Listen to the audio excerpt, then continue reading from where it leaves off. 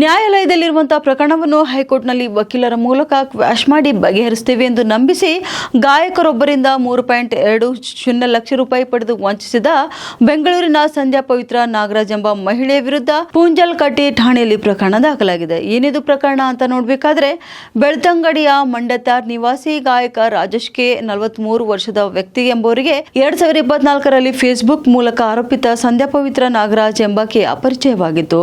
ಇನ್ನು ಆಕೆಯೊಂದಿಗೆ ಮೊಬೈಲ್ ಮೂಲಕ ಸಂಪರ್ಕದಲ್ಲಿದ್ದರು. ಆರೋಪಿತೆಯ ರಾಜೇಶ್ ಜೊತೆಗೆ ಫೋನ್ನಲ್ಲಿ ಮಾತನಾಡುತ್ತಿದ್ದಾಗ ತಾನು ನೊಂದವರಿಗೆ ಹಾಗೂ ವಂಚನೆಗೊಳಪಟ್ಟ ಅನೇಕರಿಗೆ ಸಹಾಯ ಮಾಡಿರುವುದಾಗಿ ತಿಳಿಸಿದಳು.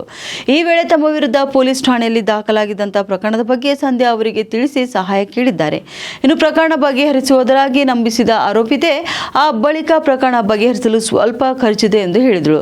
ಇನ್ನು 2025ರ ಫೆಬ್ರವರಿ ಮೇ ತಿಂಗಳಿನಲ್ಲಿ ಹಂತ ಹಂತವಾಗಿ ಒಟ್ಟು 3,20,000 ರೂಪಾಯಿ ಪಡೆದುಕೊಂಡಿದ್ದಾರೆ. ಇನ್ನು ಪ್ರಕರಣ ಬಗೆಹರಿಯದ ಹಿನ್ನೆಲೆಯಲ್ಲಿ ಆಕೆಯನ್ನು ಪ್ರಶ್ನಿಸಲು ಪ್ರಾರಂಭಿಸಿದಾಗ ಇನ್ನೂ ಹೆಚ್ಚಿನ ಹಣಕ್ಕೆ ಬೇಡಿಕೆ ಇಟ್ಟಿದ್ದು. ಇದರಿಂದ ರಾಜೇಶ್ ಸಂಶಯಗೊಂಡು ಆಕೆಯ ಬಗ್ಗೆ ವಿಚಾರಣೆ ಮಾಡಿದಾಗ ತಾನು ಮೋಸ ಹೋಗಿರುವುದನ್ನು ತಿಳಿದುಕೊಂಡಿದ್ದಾರೆ. ಪುಂಜಲ್ಕಟ್ಟೆ ಪೊಲೀಸ್ ಠಾಣೆಯಲ್ಲಿ 37/2025 ಕಲಂ 318 ಉಪಭಾಗ 4, 351 ಉಪಭಾಗ 2 BNS 2023ರಂತೆ ಪ್ರಕರಣ ದಾಖಲಿಸಿಕೊಂಡು ತನಿಖೆ ನಡೆಸಲಾಗುತ್ತಿದೆ ಎಂದು ದಕ್ಷಿಣ ಕನ್ನಡ ಜಿಲ್ಲಾ ಎಸ್ಪಿ ಕಚೇರಿ ಪ್ರಕಟಣೆಯಲ್ಲಿ ತಿಳಿಸಿದೆ.